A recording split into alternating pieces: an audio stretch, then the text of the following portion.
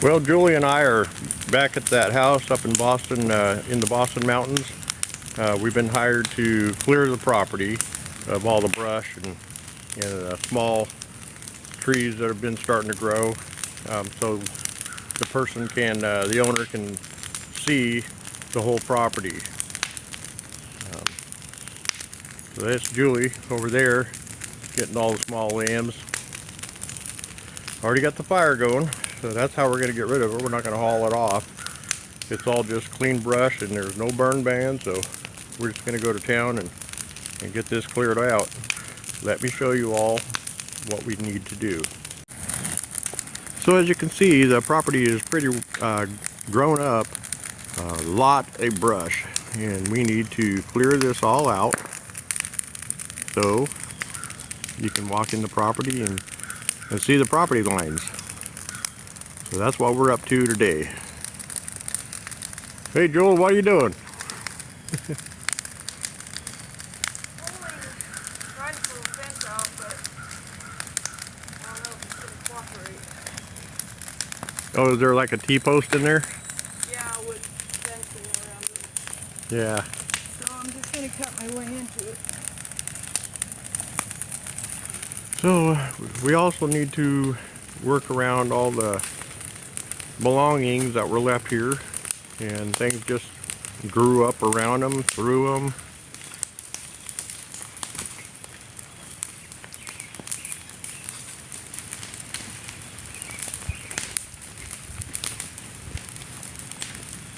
So if you've ever burnt piles of brush, you know that the whole pile never burns up. It's always gonna burn a hole in the middle, so we always gotta shove everything where all the coals are.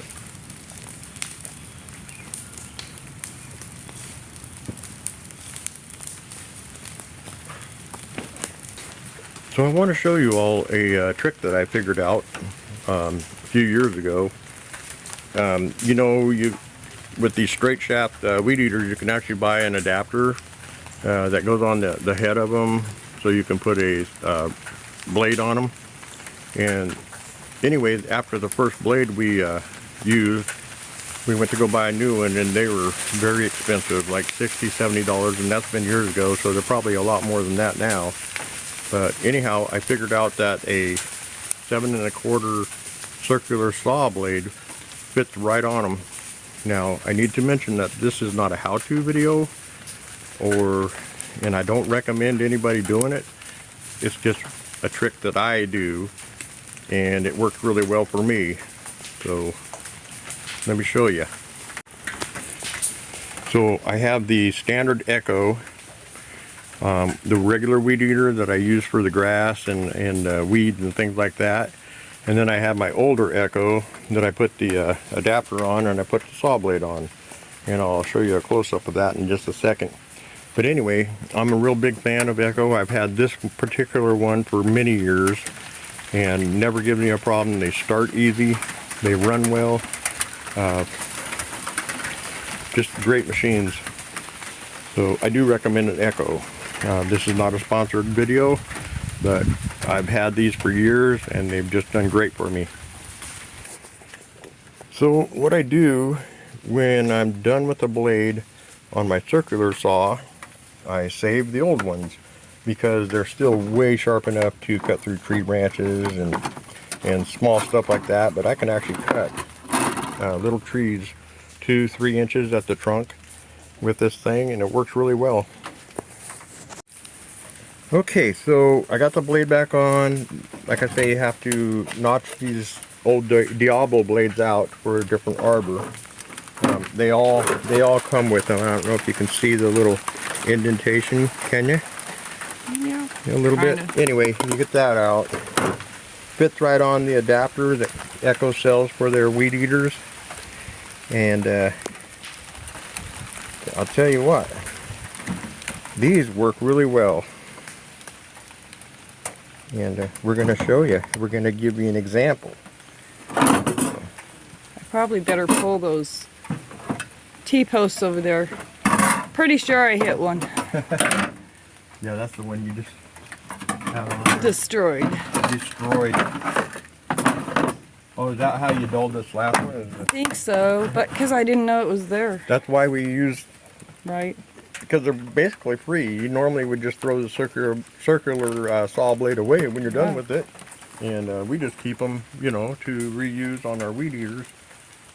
It's not that we love doing brush cleanup and stuff like that, but sometimes It's we a need to do must it. here. Yeah. Here in the South. Yeah, because what will grow does grow. Yeah. And it doesn't take very long before you have a property that's unmaintained. It's just out of control. So that's why we're here.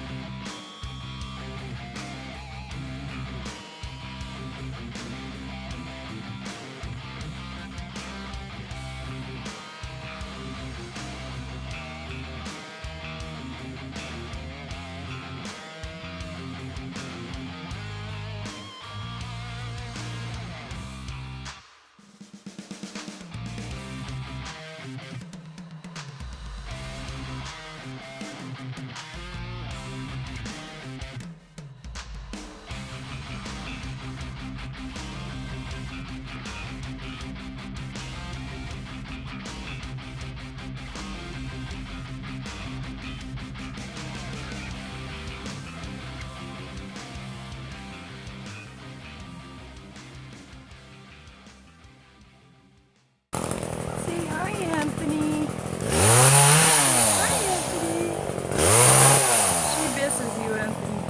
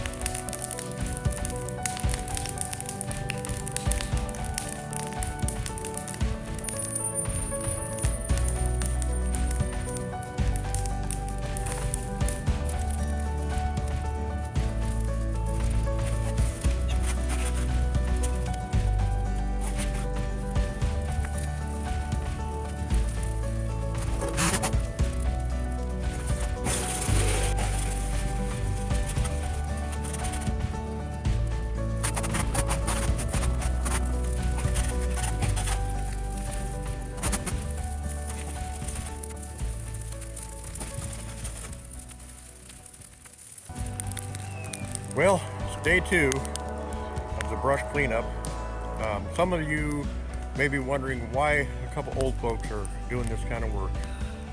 And the answer is, we're trying to figure that out. We're old. You are. But anyhow, we're going to continue getting this done and break our backs. That's always fun.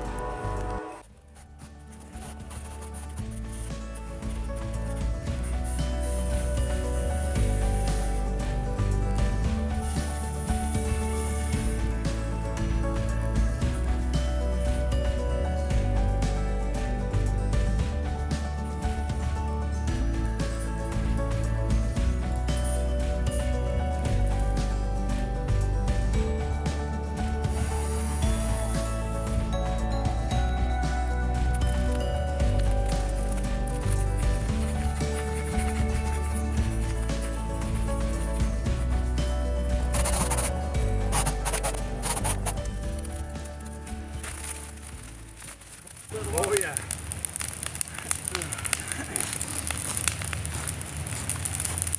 Well, I can tell you, you wouldn't want to do this when it's hot out because there's rattlesnakes, copperheads, Ticks, chiggers. ticks, you'd be covered in ticks. So, yeah, when the weather cools, A-okay.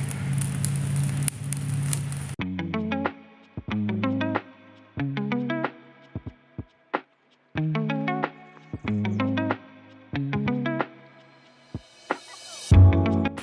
I'm gonna have to move you because that limb's gonna fall right on you.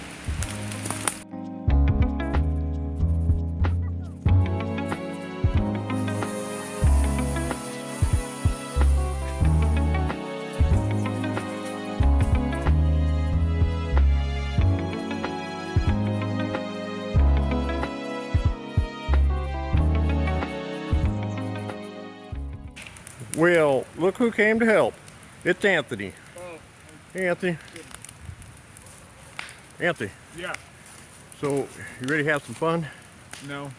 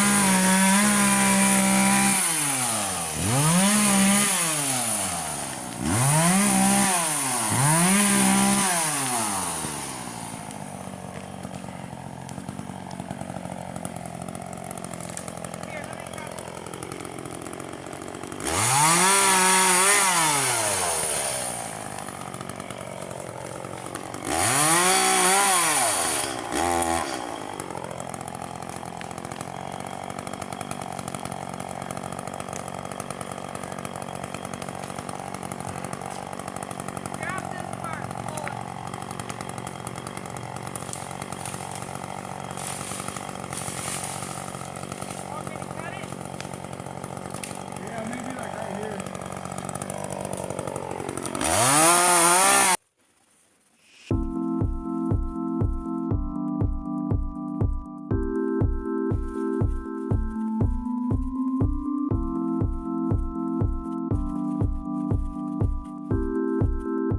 Well, it's day 3. Monday morning, a little chilly, but won't take long to warm up. We should be able to wrap this little job up today, hopefully. So we got a little ways to go yet. So let's go ahead and get it going.